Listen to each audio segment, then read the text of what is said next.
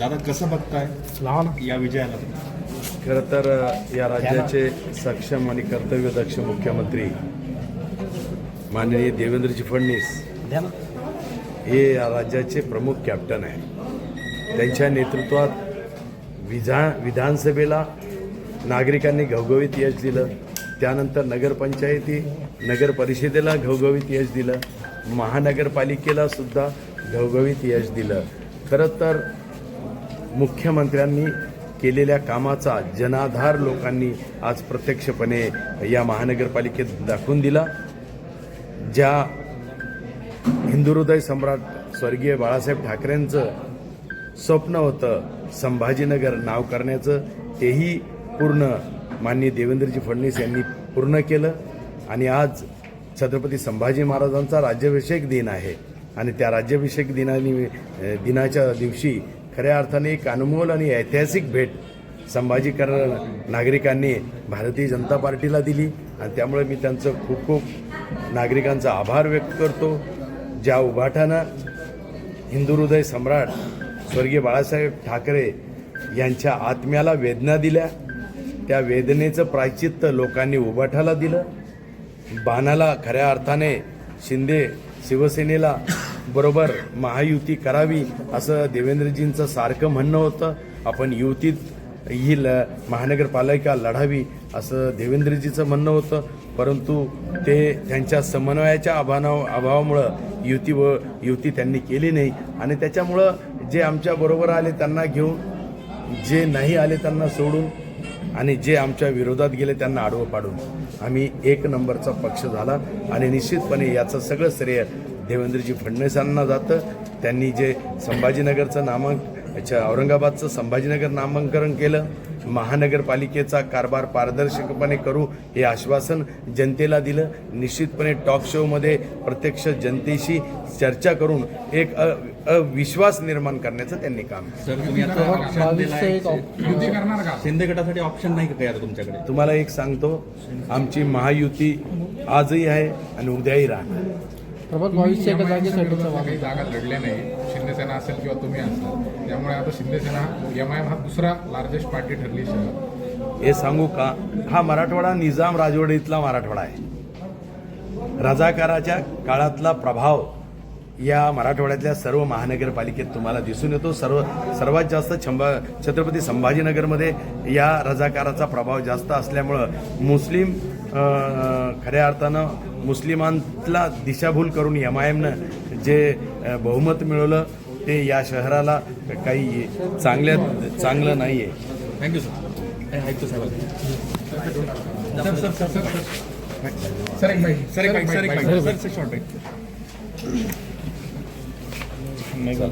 तुमचा ते सांगा. आणि काही ठिकाणी छोट्या मोठ्या ज्या घटना घडलेल्या आहेत, तुम्हाला स्वतः व्हिजिट करावी लागली, तिथे काय प्रसंग होते सर?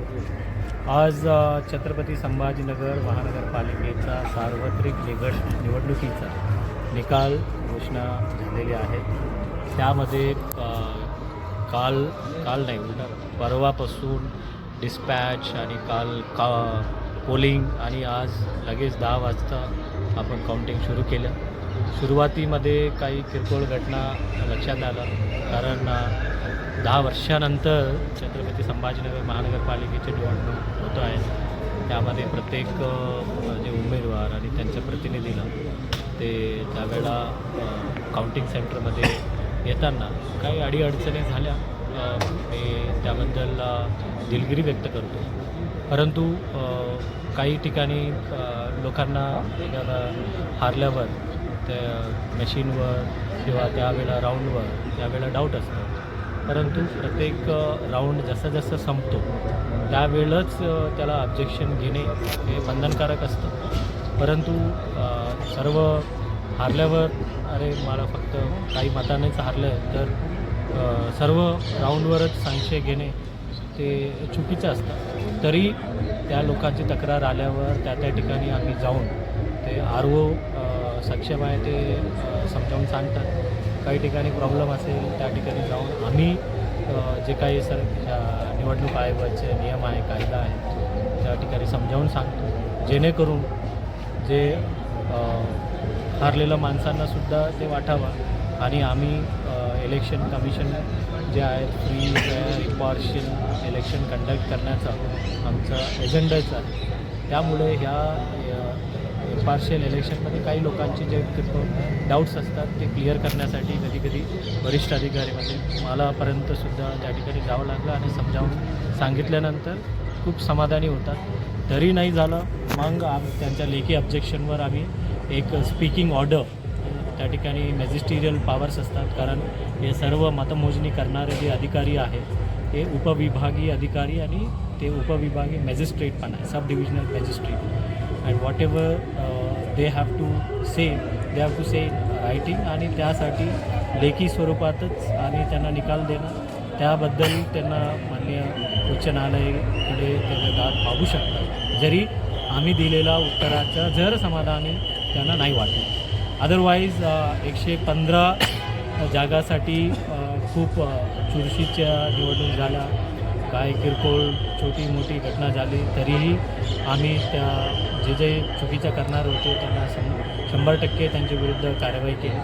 त्यामध्ये जवळपास 4800 पोलीस कर्मचारी आणि महानगरपालिकेचं आणि तसेच सर्व सरकारी कर्मचारी जवळपास 10,000 कर्मचारी म्हणजे या इलेक्शनमध्ये जवळपास 15,000 कर्मचारी या 115 नगरसेवक निवडणुकीसाठी किती 1 महिन्यापासून धडपडल्या आणि प्रेसचे बांधव आहेत आणि तसेच पोलीस आणि सर्व कर्मचारी सर्व उमेदवार आणि जिंकलेला उमेदवार आणि हारलेला उमेदवार त्यांचा मी छत्रपती संभाजीनगर महानगरपालिकेच्या प्रशासनाच्या वतीने मनपूर्वक आभार आणि धन्यवाद देतो. भविष्यामध्ये जो तपशील होता आणि आपण काय त्याच्यावर नाही त्यांना वाटलं, त्यांना कोणीतरी त्यांना सांगितलं असे त्यांचा आरोप आहे की मी जिंकलो म्हणून मी निघून गेलो.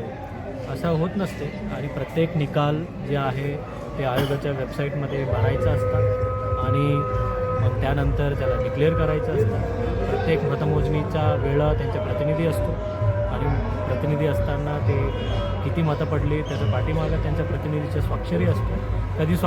कधी प्रतिनिधी जरी निघून गेला परंतु आपण मशीनमध्ये जे आकडेवारी आहे ते लिहावं लागतं. त्यांना वाटलं त्यांनी कोणातरी शुभेच्छा दिल्या, त्यांच्या विरोधाच्या कॅन्डिडेटच शुभेच्छा दिल्या असे त्यांचा आरोप होता.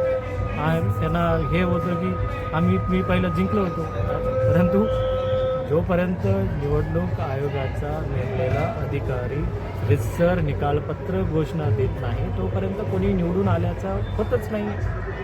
आणि त्यामुळे त्यांचा आकडेवारीचं त्यांना ताळमेळ जोडून बघितलं. मी स्वतः त्या ठिकाणी येऊन एन्क्वायरी केल्यानंतर जे काय आहेत आकडेवारीमध्ये कुठेही तफावत दिसत नाही. तरी ते शेवटचा जे निर्णय आहे तो रिटर्निंग ऑफिसर त्यांना घ्यायचे असतात तो घेत आहे.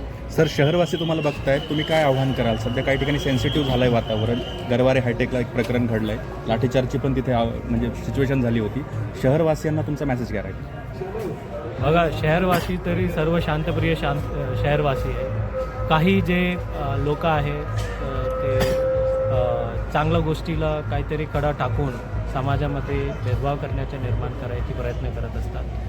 जे काही ते कोणाची काही ऑब्जेक्शन असतील काही त्याला रिटर्न ऑर्डर दिलेलं असतात. आमच्यावर सुद्धा उच्च न्यायालय असतात, सर्वोच्च न्यायालय असतात, आमचे वरिष्ठ अधिकारी असतात. या सर्व बाबतीत ते कुठल्याही निकालाचं जे आहे ते काय तोंडी असे नाही की असे नाही आहे. त्यामुळे कोणीही त्या ठिकाणी या गोष्टीला बळी पडू नये आणि निवडणूक आयोगाच्या आदेशाप्रमाणे या ठिकाणी प्रत्येक अधिकारी कर्मचारी free fair and impartial inquiry peaceful मॅनरमध्ये कंडक्ट करण्याची पूर्ण प्रयत्न केलेले आहे. त्यामध्ये काही लोक असे आले असतील तर त्यांच्या विरुद्ध आम्ही कडक कारवाई करणार. त्यामुळे या आमिषाला या बळीला कोणी जाऊ. Thank you sir. थँक्यू.